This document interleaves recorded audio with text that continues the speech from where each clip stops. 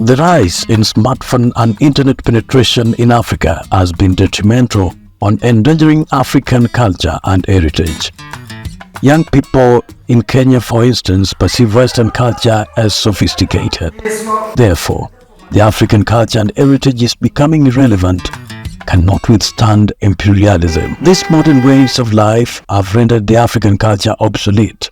Its custodians only showcase it in special holidays and celebrations like this.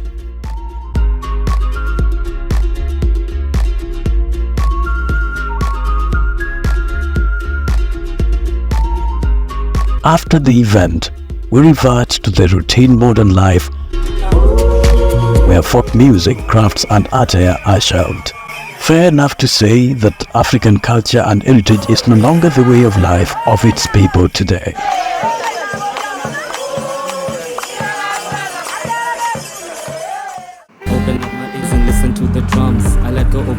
Bob is a Kenyan artist and architect. His latest album features both local and international inspired music.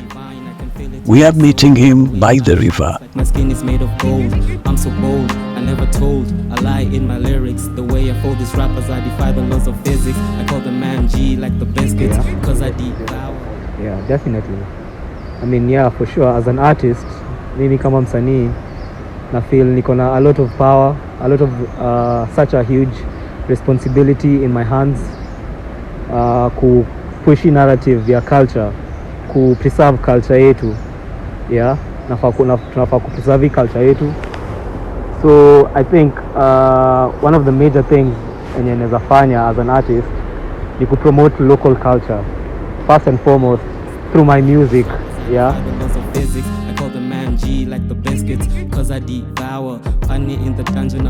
Through the annals of history, art has served as the custodian of culture, intimately intertwined with the essence of our heritage. It is impossible to discuss culture without acknowledging the profound influence of art. Western culture is perceived as sophisticated and modern over African culture. This kind of brand is shaped by the heavy consumption of Western art, mainly films and music. Media iko owned na iko controlled by certain corporations. Na hizi corporations ndio zina decide kenye wase watasikiza. So pia media, the mass global media ina play a big part in controlling the narrative. So unapata as much as kuna options, wana push certain things, unacheki. So sisi tunabakika, tunadhani hakuna options, but options ziko, like but you have to dig deep and find them. The African culture does not receive much coverage in the mainstream media. Media outlets stick with audience preferences, which is skewed towards the sophisticated foreign culture.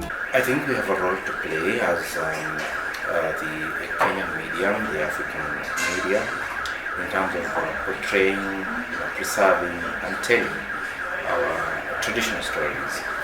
We have a platform to tell the stories. I remember for the last 1 year I've had a program on Milele FM airing every Sunday, and it was about the various cultures of our communities in this country. So our media houses are trying, but then we're not trying hard enough. If you compare us and the Western culture in terms of portraying our own self stories, we haven't been doing enough. It is an area that has not been well tapped into in terms of telling our own stories. As they always say, we're trying to be proud of ourselves more. We ain't proud of our history, so it creates our identity. So much needs to be done. As long as the music is good, the audience will consume it. I mean, sahi kenye na hit sana ni Afrobeat. Na Afrobeat me originate Nigeria. Afrobeat ilianzishwa na kina Fela Kuti back in the 70s. Yoni hapo ndio the origins of Afrobeat. Na sahi ime evolve to such a point that inasikizwa globally throughout the world. Hadi Western, hadi hao wase wa West wanataka kucopy hiyo sound ya Afrobeat. Unasikia wase wanafanya ma interview na wanafanya ma collab na kina Burna Boy au kina Ed Sheeran, unacheki.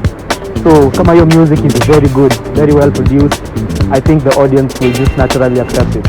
In the local movie shops, for instance, barely they find locally produced films. Na sell sana, foreign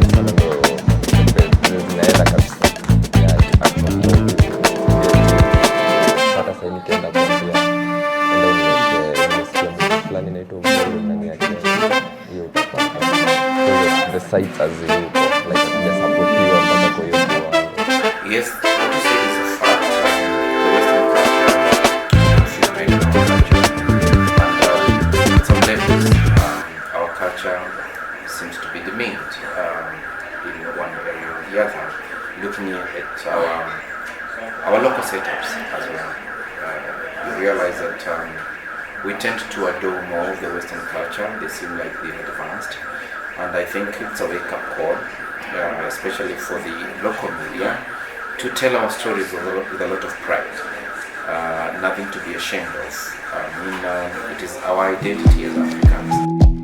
As African people, how can we harness the power of digital media to conserve the African culture and heritage, basically stopping the imperialism?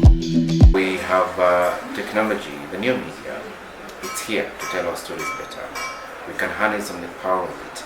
We've seen this happening in Nigeria, for example.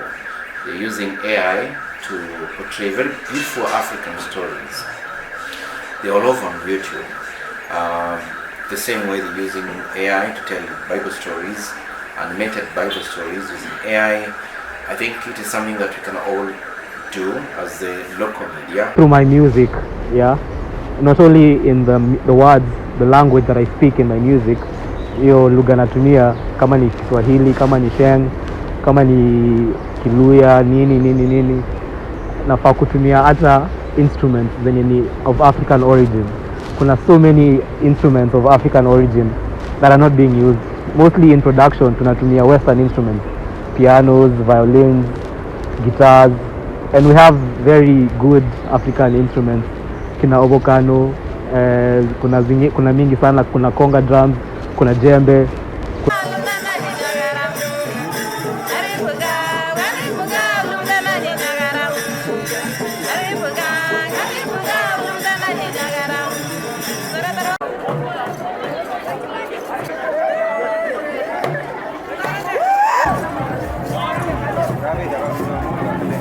Each dance form carries a unique cultural history, so dancing diverse forms of dance does not only helps to build physical strength, but it also helps to build cultural awareness.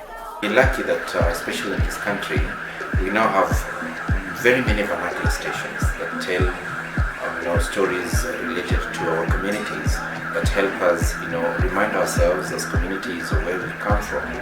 We can harness the very many untold stories of our communities through the digital platforms, and perhaps send the message of our beautiful culture, sell it out to the rest of the world. It is doable. We've seen Nigeria do this, and I think it's about time other countries, especially in Africa, adopt this kind of the digital platform telling our African stories.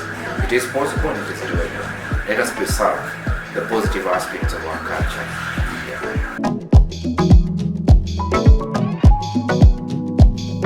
The African culture and heritage speak about us, our brand, who we are as shaped by our original environment. Isn't it essential to discuss, especially to the younger generation, on the possible outcomes of losing it?